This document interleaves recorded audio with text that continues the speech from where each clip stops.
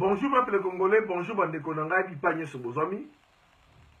Na ko la petite vidéo oyo na rapidité pour na ko expliquer bandeko les pourquoi ya écartement ya Jean-Pierre Bemba na élection ya le 23 décembre 2018. Kotalisa bandeko également Jenini oyo Kabila na pouvoir na ya occupation baza ko préparer pour que va se maintenir toujours na pouvoir.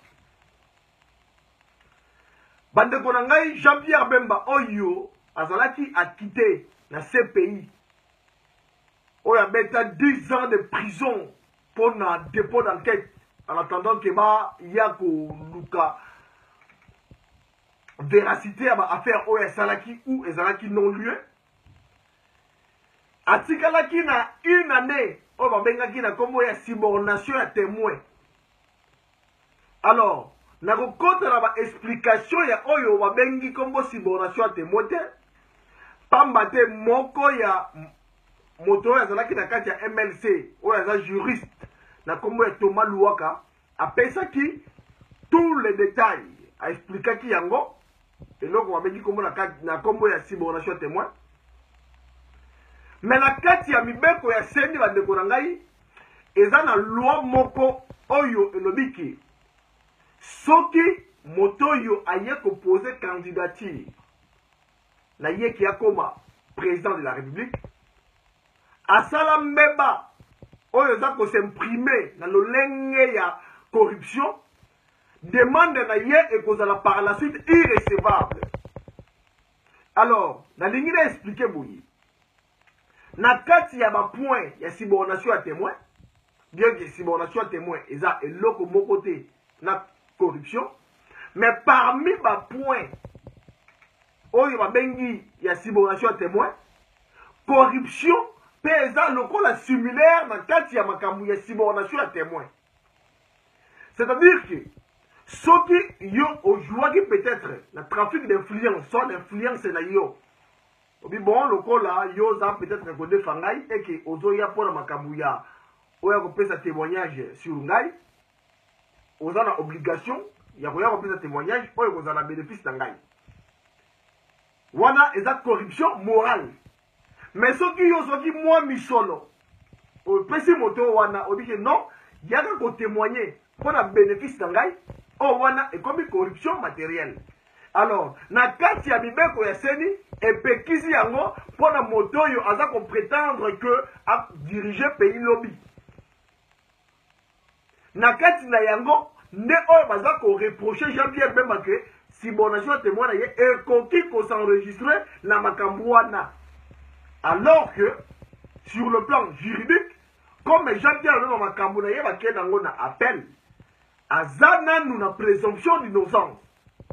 Alors na kokota na ba détail ya ko expliquer yango te parce que ngamo wana naza content ndenge Jean-Pierre Bemba ba écarté la course à élection présidentielle oya yebaki clairement que ba ko écarté ye Jean-Pierre Bemba ayebi jenini oyo Kabila azako bichoter la kati ya République démocratique du Congo et un message nanga eza adressé à Jean-Pierre Bemba te pour na particularité moko ona koki ko orienter message nanga vers yete message nangai nazako mema yango pa ya population congolaise ayeba ba profil ya ba candidat oyo bazolinga ba baona élection prétendue élection o bayebiki et ko sala maté comme bima Jean-Pierre Bemba eza déjà ko relever déjà du simulacre avant Jean-Pierre Bemba abima la prison présence ya président angolais ezaki na kati ya France présence ya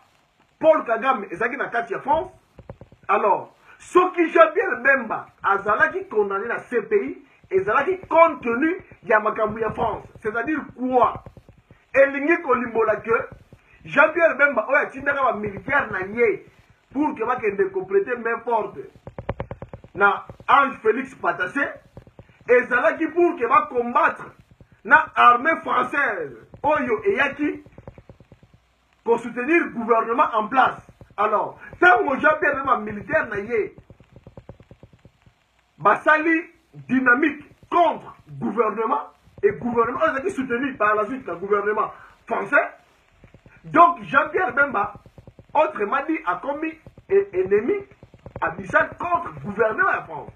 Alors, pour que Jean-Pierre Bemba aille dans la prison, et c'est là qui est impératif, il faut ordonner qui arrestation là, va faire ça accord pour qu'il y ait habillement. Alors, comme pays comme la France, Balouki va se rapprocher d'un grand lac. Oyo Rwanda a montré déjà qui a commis Kozala, Mouké écarté d'un côté américain. Il faut en tout cas pays Oyo Moko et ça parmi les grandes puissances pour que bah, ça la couverture na yé. Alors France Alouki a coopéré avec Kagame Oyo ça assassin mon nene à pays d'Abisso. Kagame est envoyé dans la France. Basali ba négociation afin que va protéger Kabila. Alors, pour que va protéger Kabila, il faut Moutumoko Oyo Aza populaire. Parce que n'oublions pas que la communauté internationale a bangé comme opposant, a bangé comme politicien congolais, communauté internationale a bangé comme population congolaise. Alors, population congolaise, représentation de hier et ça la leader Oya fait sa confiance. Pour que la communauté internationale a continué à enchaîner la population, il faut à se passer dans le leader qui incarner espoir pour la population. Alors, Bango va s'aligner. Baleki cette fois-ci n'est pas Jean-Pierre Bemba. Parce que en 2016, Bango Baleki qui n'est pas un Moutoua, qui peut incarner mon espoir du Congo et tiens, tu sais que dit. Yende moto appelle qui crédit dans Joseph Kabila. N'oublions pas que la publication monstrueuse, où elle sera toujours grave dans la République démocratique du Congo, va publiera toujours à minuit. Par là, la ligne natale, c'est comme on l'a dit. Tango, bah ça une négociation avec Etienne Tshisekedi. Bah il y a qui Etienne Tshisekedi a sa prétendu patriarche, il y a un opposant congolais, ou à ça qui la seule personne qui autour de pour regrouper opposants congolais, basali négociation enfin que Kabila maintenir Kabila au pouvoir. Basali accord il y a Saint-Sylvestre, on va tout baser là-dessus que Kabila a se prononcé qu'il y a le pouvoir de prétendu parce que il y a à partir de minuit, il y a qu'on délibéré décision à Bango que Babimisi accord Moko Oyo Intel à premier ministre à votre opposition. Et par la suite, Moto vous a toujours président, toujours Kabila. Alors, cette fois-ci, Jean-Pierre Bemba, parce que opposant, Oyo Azaki na masse, Oyo Aza la masse pour l'instant, Oyo Aza na popularité incommensurable. Dans le cas de Congo, pour l'instant, c'est Jean-Pierre Bemba. Félix Tshisekedi, bon, Aza en opposition, mais il est juste à titre nominatif, c'est-à-dire que comme il y a papa, désolé, il y a un moment où Oyo va servir papa, au servir, au servir une zambi, au servir peu moins. Dans le contexte, il y a Félix Tshisekedi. Mais Jean-Pierre Bemba a une popularité, une masse indoctable dans la carte de la République démocratique du Congo. Alors, comme le Rwanda a un plan vicieux dans la carte du Congo, il faut pas bimisa moto moko oyo a remplacer Etienne Tshisekedi afin que avec sa crédit cette fois-ci à Joseph Kabila. N'oublions pas que Bandekonangaï, tant que Jean-Pierre Bemba qui a postulé, Ayeba dit très bien que Kabila mène une politique de la procrastination, c'est-à-dire à ça qu'au rond-point. Kabila a reçu le pouvoir de Jean-Pierre Bemba Ayebi Yango. Kabila n'a jamais, en aucun cas, respecté un accord. Tous les accords qui ont été signés en République démocratique du Congo, Kabila a dit qu'il faut respecter à ta morote. Jean-Pierre Bemba a sa conscience. Voire même constitution. Oh, bakendara kosala yango na basani titi, bakendara kosala yango na balusaka partout ba conférence oh basala. Kabila a dit qu'il faut respecter à ta morote. Jean-Pierre Bemba a sa conscience yango peuple congolais. Si il y a un qui a postulé, et ça va qui simulacre.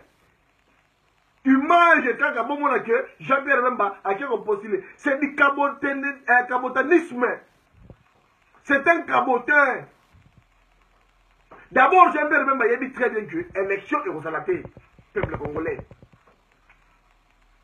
Tant qu'on va commander ma machine à voter, bien que quelques groupes électrogènes, et Tikalaki, Tango, Seni, Akedeki, Gosala, enrôlement, et nous aussi, il y a le Congolais qui, ma machine, Wana, et c'est là qui juste, pardon, un groupe électrogène, Wana, et c'est là qui juste, ceux qui vont faire la province Oyo, et Siri, même mis en la province Oyo. Ceux qui vont faire la province Oyo, et Siri, même mis en la province Oyo. Mais il va voir que, jour où Basalaka vote pour élire le président de la République, Basalaka Yango, dans toute la République, dans jour moko. Basalaka Yango, dans le pays, dans jour moko, alors, va commander quelques machines à voter. Oyo est comme ça qui n'a pas dit. Alors, pour qu'il y ait comme on a 145 territoires congolais, dans combien de temps? Et comme on a un village, il y a Congo, dans combien de temps? Et il faut voir que ma commander nanou, ma groupe électrogène, il faut faire fonctionner la machine ou on a là niveau de village. Ce qui veut dire que l'élection est au Salabate et Jean-Pierre Bemba, on est conscient. Aïe bien que l'élection est au Salabate. Planning au Baba Sala. Plein de c'est ça que il faut passer la dialogue de Moussous. Parce que Moussous va troisième dialogue. Troisième dialogue té. Ma dialogue est les gars de Congo wana plusieurs. Ma concertation, ma nyoso wana oyo et aboutissant à rien. Il faut passer la troisième dialogue. Si va écarter Jean-Pierre Bemba, parce qu'il est conscient qu'il va écarter. Va écarter hier parce que Jean-Pierre Bemba, Azako, fait sa espoir dans plusieurs populations, non seulement à Kinshasa, il y a province, il y a Équateur, dans plusieurs provinces, il y a Congo. Quand on va dire va écarter Antoine Gizenga, il écoute, bon, au souhaité des mains, mort, ils ont toujours n'importe la yé. De l'autre côté, on va écarter Adolphe Mouzito. Oyo aza moko yaba tu ya minene na kati ya province ya Bandundu. Ndenge ba écarter batuwana bakozala astreint ya kondima que basala dialogue na Kabila. Parce que bakolinga en aucun cas basala écarter la scène politique congolaise. Pour que déroulement na bango va continuer toujours qu'on s'imprimer dans la politique à Congo, il faut bandima pour cohabiter dans Kabila cette fois-ci. Parce que bango de Vatikali seul espoir pour que Kabila a toujours le pouvoir. Et de l'autre côté, Bandeko Nangai, Bobo Sanate que Moïse Katumbi prétendu fugitif à cause de l'amnistie. Là, il y a qu'on contredit le prof Mbatadien. Où il y a champion et on prouvait le contraire dans le juridique. Mais en réalité, en quelque sorte, en partie, une portion, est vrai. C'est-à-dire quoi? C'est-à-dire que, quand on va donner Oyo Azalaki, juge suprême, procureur général, la carte du Congo, ayebi ndenge nini ba magouillage et ça va na kati ya Congo. Ayebi ke makambu ya Moïse Katumbi il s'avère au conditionnel. Ce qui Moïse Katumbi a fait un problème na Kabila, c'est que eza problème yena président. Eza makambu eza ko relever na texte té. Parce que la kati ya Congo, to tia makambu na contexte ya texte té. To tia makambu na sens réel. Ce qui nous ont vivre na imagination ya texte. Peuple congolais n'est problème la bino ya ngoana. Bakoluka qui va amnistier Moïse Katumbi, ceux qui vont amnistier, cette fois-ci, va faire la politique, il y a des crispations, et cette fois-ci, on la fait. On a dit Sabino, et ça, psychomancité, mais c'est une véracité. Tangibilité, de Congo et Angoana. Tant que Katumbi a couillé cette fois-ci, Bakolambon, Moïse Katumbi, il faut négocier. Bemba, pareil. Et les autres, Bakolana.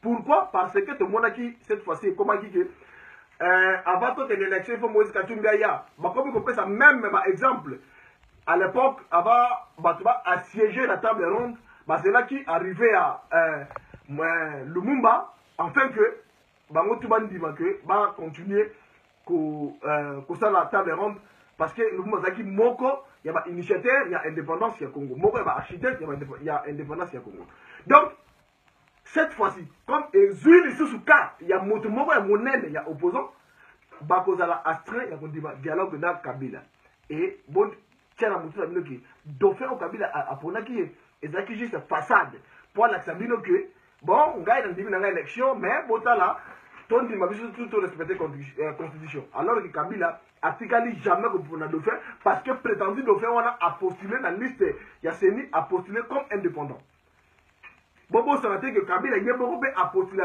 tant que indépendant bande konangai pose toujours vigilant batouana ce sont des escrocs politiques basé la bino état politique il y a aventure état politique il y a arnaque bon c'est pena bon c'est réjouir ndenge batie Jean-Pierre Bemba mais bon yeba que na sima nango Jean-Pierre Bemba za moko ya matraître oyo aye ko prêter main forte na Joseph Kabila ndenge moko be Moïse Katumbi akoya bako amnistier ye afin que bakende na troisième dialogue et que continuité ya Kabila yango wana et que bisone de continuer à souffrir bisone de retirer la passe bisone batu to kozala ba diplôme oyo ko vana ndako en lambo sans travail bisone batu to retirer la ko belela ka butu moi et que bango va continuer ko se réjouir na kati ya Congo entre temps Rwanda a ko achever ambition na ye expansionnisme na kati ya Congo récemment awa batu ba ko kufa plusieurs villages incendiés balobi o mutachaki so nini non